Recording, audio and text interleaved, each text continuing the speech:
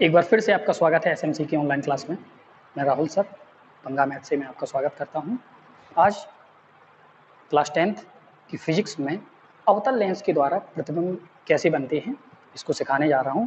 अभी तक आपने पिछले वीडियो नहीं देखे हों तो ऊपर आई बटन में क्लिक करके आपको पिछले वीडियो मिल जाएंगे। चैनल को सब्सक्राइब ज़रूर कीजिएगा जिससे आपको नोटिफिकेशन समय पर मिलते रहें। चलिए शुरू करते हैं।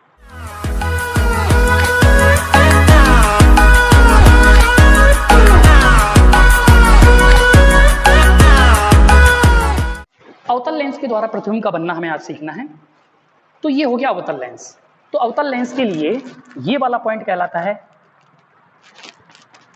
F1 और ये 2F1, ये कहलाता है F2 और 2F2।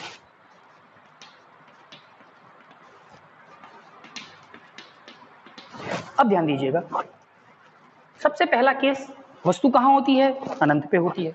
तो पहला केस ऑब्जेक्ट कहाँ है? अनंत पे है। वस्तु कहाँ है? अनंत। ऑब्जेक्ट कहाँ पे है? अनंत पे। जब अनंत पे है तो मुख अक्ष के समांतर आएंगी प्रकाश की किरण या आपस में समांतर प्रकाश की किरण आएंगी। हमने इन प्रकाश की किरणों को कंसीडर कर लिया कि ये इस प्रिंसिपल एक्सिस के भी समांतर है। तो मुख अक्ष के समांतर जाने वाली जो प्रकाश की किरण है, अवतल लेंस उसका अपवर्तन करता है और प्रकाश की किरणों को फैला देता है। और फैलती हुई प्रकाश किरण कैसी प्रतीत होती है? ऐसी प्रतीत होती है कि वो कहां से आई हो? वो F1 से आई हो।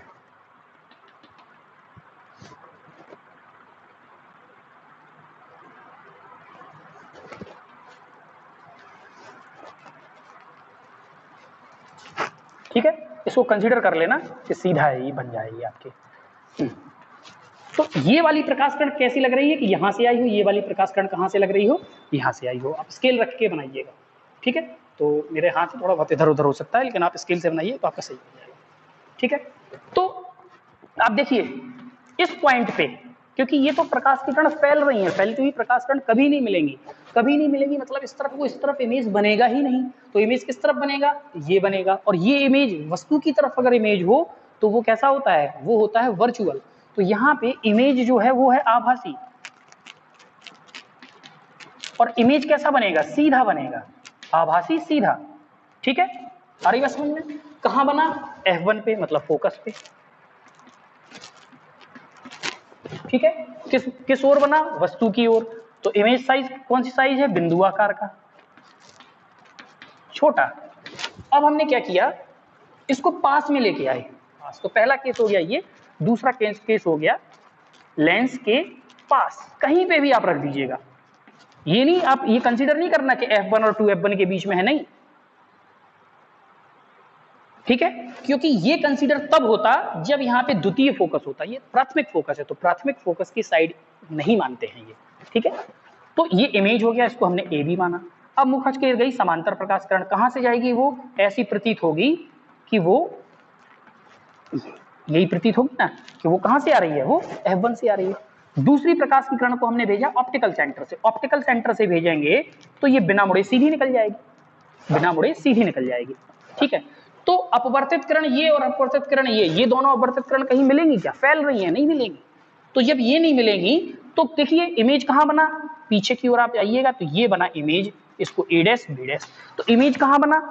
वस्तु की ओर। और कैसा इमेज बना? सीधा। और सीधा कैसा होता है? आभासी। वस्तु से कैसा है? छोटा है। सीधा इमेज उत्तल लेंस ने भी बनाया था लेकिन उसने वस्तु से बड़ा बनाया था। ये कैसा बना रहा है? वस्तु से छोटा। कहीं पे भी आप रख दीजिए वस्तु। ठीक है, तो वस्तु से छोटा इमेज बनाया।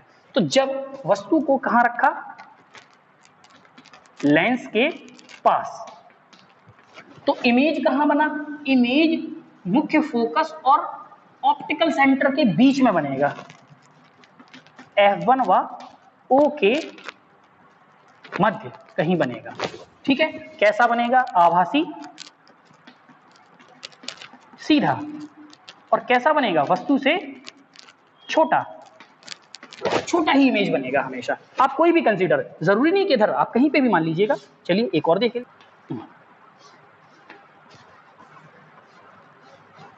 ये लीजिए भाई, बड़ा बना दे। ये आई मुख अक्ष के समांतर प्रकाश की किरण। कहां से जाएगी? ऐसे लगेगी कि ये यहां से निकल रही, तो ये निकल गई ये प्रकाश की किरण। दूसरी ऑप्टिकल सेंटर से, तो देखो यही तो बना इमेज। तो इमेज हमेशा कहां बनेगा? F1 व ऑप्टिकल सेंटर के बीच में ही इमेज बनेगा, वस्तु से छोटा बनेगा, कभी भी बराबर नहीं बन सकता। तो इसके लिए अवतल लेंस के लिए केवल ये दो स्थितियां हैं, तो ये स्थिति हो गई। ठीक है, अब जरा चिन्ह परिपाटी का नियम देखे ले रहे, तो पिछले वीडियोस में भी हम लोगों ने चिन्ह परिपाटी पढ़ा था, यहाँ पे भी हम देखे ले रहे। उत्तल लेंस के लिए कौन सी चीजें पॉजिटिव कौन सी चीज नेगेटिव होती है, और अवतल लेंस के लिए। देखिए उत्तल लेंस के लिए जो फोकस है वो किस तरफ था, मुख्य फोकस वो इस तरफ था, और अवतल लेंस के लिए मुख्य फोकस है इस साइड। इस तरफ की चीजें देखिए आप लाइन नंबर पे, इस तरफ की चीजें नेगेटिव होती हैं और इस तरफ की चीजें होती हैं पॉजिटिव। तो उत्तल लेंस के लिए जो फोकस है, मुख्य फोकस है, या फोकस लिखे दे रहा हूं अकेला, फोकस मतलब एफ, कैसा होता है, पॉजिटिव, और अवतल लेंस के लिए होता है नेगेटिव, क्योंकि इस तरफ है। ऑब्जेक्ट हमेशा दोनों के लिए सीधी, क्योंकि वस्तु तो सीधी रखते हैं। प्लस वी का मतलब है पॉजिटिव और माइनस वी का मतलब है नेगेटिव। ठीक है, ऑब्जेक्ट वस्तु है, ये वस्तु का आकार है। ठीक है, आ रही बात समझ में। यू वस्तु की दूरी कहां से, ऑप्टिकल सेंटर, या कह सकते हो आप लेंस से वस्तु की दूरी। आप लिख लेना, मैं बोल रहा हूं उसके अकॉर्डिंग। तो लेंस से वस्तु की दूरी सदैव नेगेटिव होती है, क्योंकि वस्तु हमेशा इस तरफ रखी जाती है, चाहे उत्तल लेंस हो चाहे अवतल लेंस हो। लेकिन अगर प्रतिबिंब की दूरी की बात करेंगे तो प्रतिबिंब हमेशा, आपको मालूम है, उत्तल लेंस में 5 कंडीशन पे किस तरफ बने था, उस तरफ, और 6वीं कंडीशन में इधर बना था। तो उत्तल लेंस में पॉजिटिव होता है, केवल 6वीं कंडीशन में होता है नेगेटिव। ये कंडीशन कौन सी है, 6th कंडीशन में नेगेटिव होता है। लेकिन अगर अवतल लेंस के बारे में बात करेंगे तो अवतल लेंस में सारी कंडीशन में नेगेटिव ही होता है। तो ये हो गया V। ठीक है, V मतलब प्रतिबिंब की दूरी। उसके बाद इमेज साइज, ये ऑब्जेक्ट है, ये इमेज साइज। तो इमेज आपको मालूम है कि इमेज यहां पर सीधी इमेज बन रही है, सीधी इमेज मतलब पॉजिटिव, और यहां पे सारी इमेज बन रही थी कैसी, उल्टी, नेगेटिव। लेकिन 6वीं कंडीशन की इमेज कैसी बन रही थी, पॉजिटिव। ये कौन सी कंडीशन की है, 6th कंडीशन की इमेज बन रही थी पॉजिटिव। क्लियर। तो ये चिन्ह परिपाटी का नियम हो गया, तो ये भी आप अच्छे से नोट करिएगा। ठीक है, न्यूमेरिकल्स में काम आएगा। अब उसके बाद पढ़ते हैं हम लोग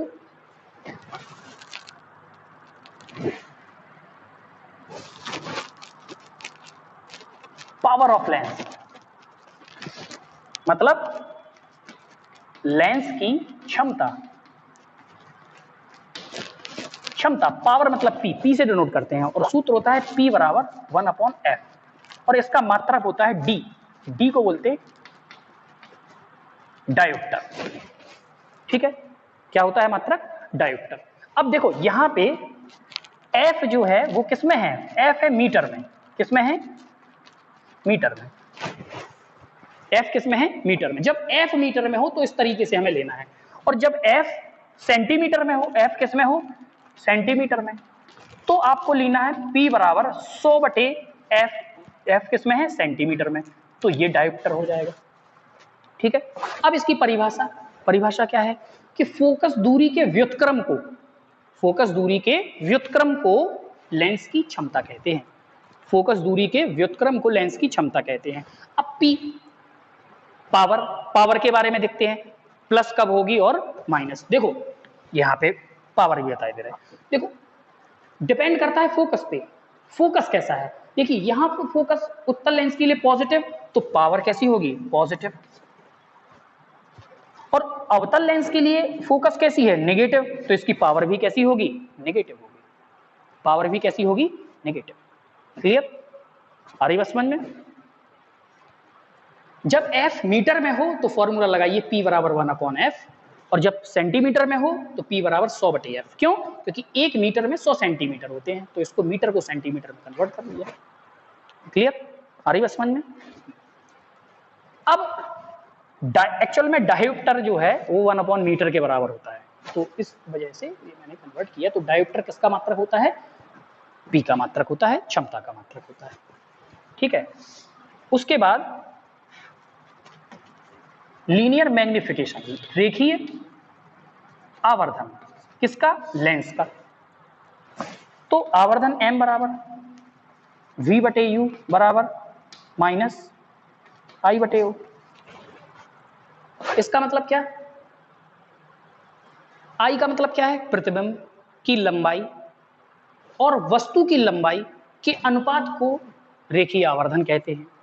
प्रतिबिंब की लंबाई व वस्तु की लंबाई के अनुपात को रेखीय आवर्धन कहते हैं। आप ध्यान दीजिएगा, जब हमने दर्पण के लिए यूज किया था तो यहाँ -v/u का यूज किया था, लेकिन यहाँ पे हमें पॉजिटिव ही डिनोट करना है दोनों के लिए। क्लियर? तो ये हो गया रेखीय आवर्धन। अब है लेंस सूत्र।